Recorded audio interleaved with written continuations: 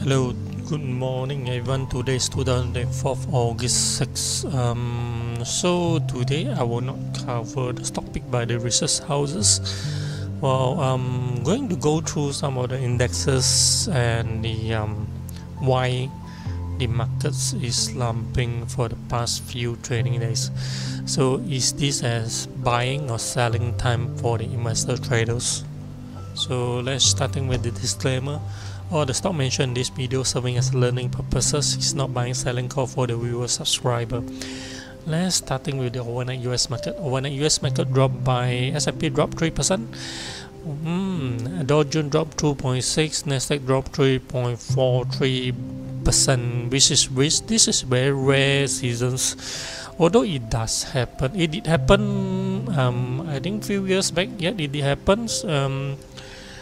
Circuit breaker happened in the S&P for the past few years back multiple times as I mentioned, but this round there's no circuit breakers, but there's a slumping, there's a slower coming down. There are a lot of signs happenings for the past 1 to 2 weeks times. If you follow my morning briefing, I believe you already aware. I already giving warnings that selling pressure is very strong. You need to take some profit out for technology, AI stock, all those things.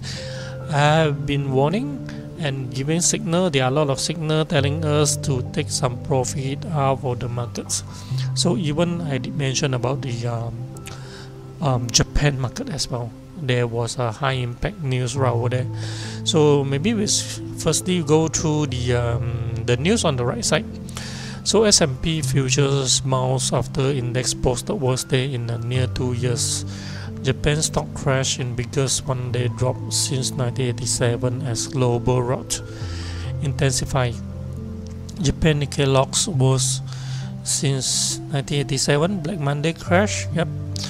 Nikkei circuit breaker trigger already, so there are a lot of things. So Japan's Nikkei slump more than 10% in worst losses. Overnight US Nikkei Japan market is dropping 12% in single days. Okay, how about the Malaysia market? Malaysia market is dropped by 4%. Maybe you can check on some index charting later on. So today we can see that Nikkei is rebounding 7%, 7.8% right now. So technically it's dropping more than 1,000 points in the Nikkei for the past 1 to 2 weeks times. Yep, more than 1,000 points. So we check on some news source. US stock future rise after recession fears spark bruises. Let's talk about why is the market so bearish. There was a sign. If you are already joining my morning briefings in the morning time in Malaysia time, so I have been a warning, giving signal telling that they are in July, mid of July, end of July.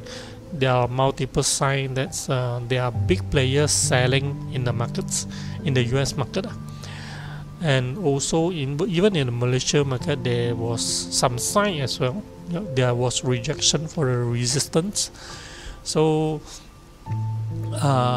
meaning that I'm not bullshit lah. I mean I'm talking what I see in the market for the past few days, and the market life is real. I can't do some adjustment on the live sessions. Everything is live and there's no script. So I talk what I see. Okay, so let's check on the Telegram channel on the left. So yesterday the market in the Nikkei slumping by 12%, 12.4% in one single days. So all the way from over 42,500 something, then all the way go toward the 31,400 plus, more than 1,000 point slump. Okay.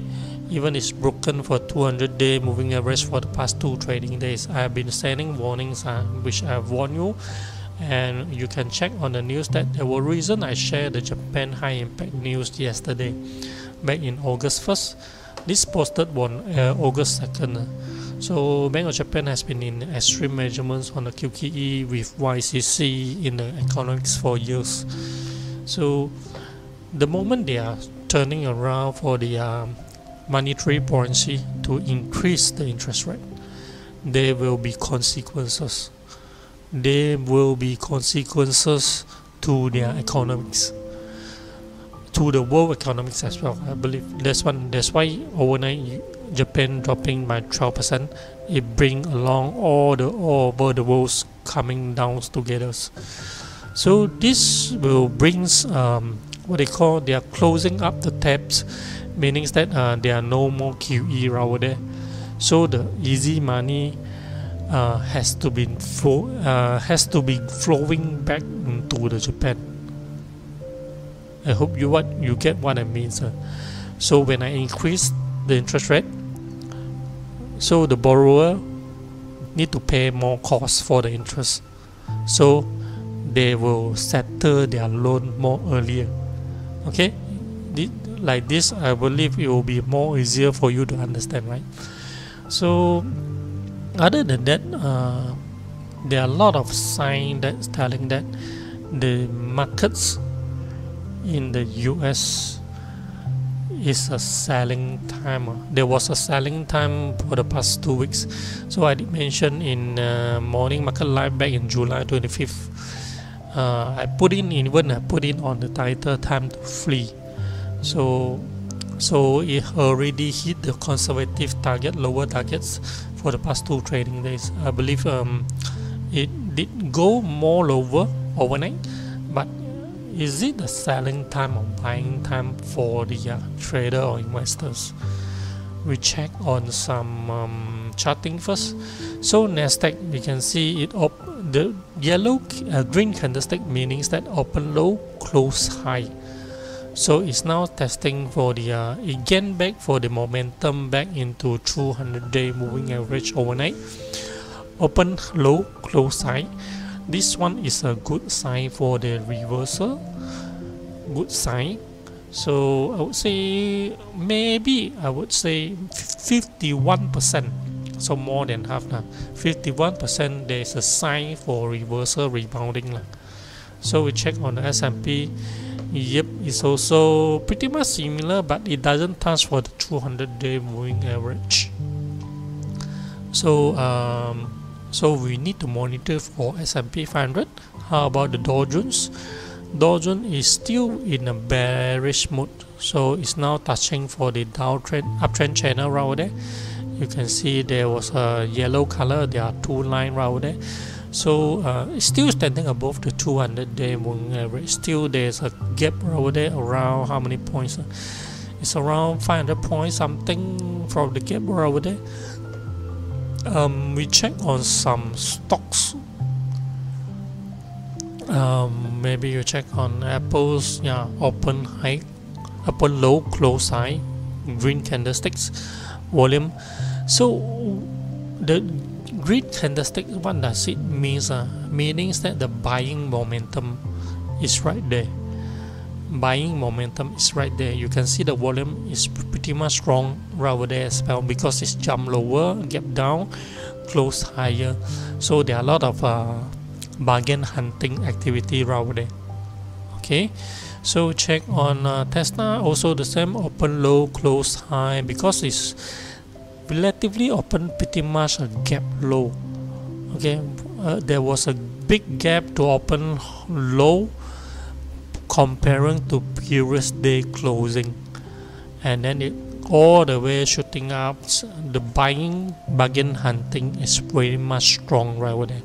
Tesla, Netflix, candlesticks, yes.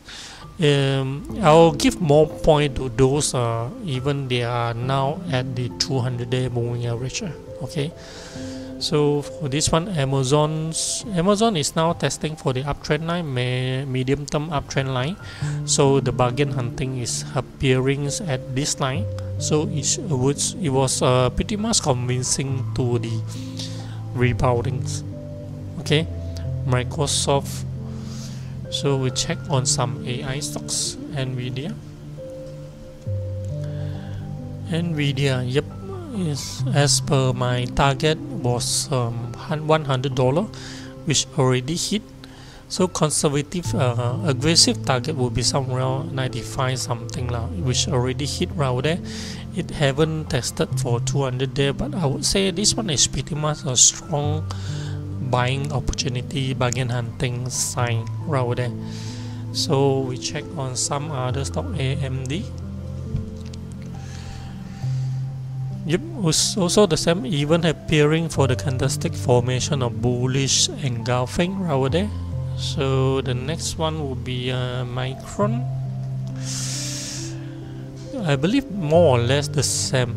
The volume is climbing amid their droppings, and the green candlesticks appearing very strong, closing at pretty much near to the highest level of the day. I would say all these things are positive sign, but there's no guarantee it will reverse directly. If you are buying for the good profiting earning companies, I would say this is the accumulation time for the investors, for the bargain hunting for the trader as well. Okay, so we check on super microcomputers. Yep, green candlesticks, open low, close high. So I'll give less point lah. I would say if I would like to rate for these things, the closer for the 200-day moving average would be more convincing for the rebounding. So we check on TSM. Yeah, this one is far more stronger. You can see that open at the low, very low gaps, directly shooting upside with a high volume, then closing it near to the highest levels. So the momentum to rebound is pretty much strong. So we check on some Nikkei.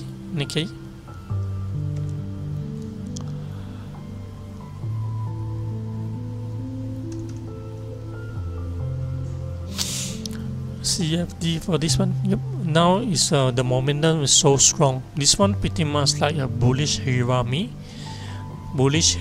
at this moment, but it's still early for the openings for the Japan markets, but the sign is right there for the reversal. And we check on what else. Hang Seng Index. Hang Seng Index early morning session is not so much changing, but afternoon session, because of the slumping in the Japan market, is dropping as well. So I would say seems to be China and Hong Kong seems to be relatively stabilized comparing to others index, although it's still dropping, but still pretty much stabilized comparing to others market.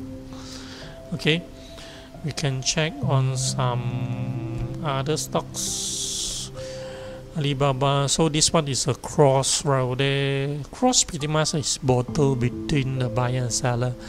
I would say China, Hong Kong market is pretty much stable. So if you want to investing in this country, I would say yep, pretty much convincing lah. So we come back to the Malaysia market. How is overnight Malaysia markets? So for the past few trade, I think last week I did mention multiple red candlestick right over there happened to be a selling pressure, and rejection for the resistance is right over there on the Monday 22nd July, and overnight dropped by 4.64%, which is 74 point. This remind me one thing. We rarely happen to drop 4% or even up 4% in one single day. It's very rare incidents in Malaysia markets. So it remind me one thing. Back in 2008, Malaysia market slumped by 10%. Slumped 10%. There was a time that I was fresh joining into the industry. So it's pretty much exciting to see this event drop 10% and then a rebounding 10%. Okay, so it's pretty much like a drama, right? Drop 10% and then the circuit breaker happened, so the Bursa stopped the markets for resting for a while. Then after the market opened, it rebounding 10%. So is this a time for you to buying in? when there is no crisis happening so far. So maybe you can say there was crisis in Japan. Yes, how much the economy affecting us, I'm not sure, but I don't think there are a lot of impacts to us. So it's just purely for the what they call panic selling. So should you buying in or selling? In my point of view, I was suggesting buying for the investors, buying short-term trade for the trader as well, but being selective for the stock that you are picking. For an investor, you may pick for the stock that has been selling down, and companies very good branding with profiting revenue, all those things. Yes, this is a buying opportunity for you guys. Okay, so I hope you enjoyed this morning market live. That's all for today. Thank you very much and goodbye.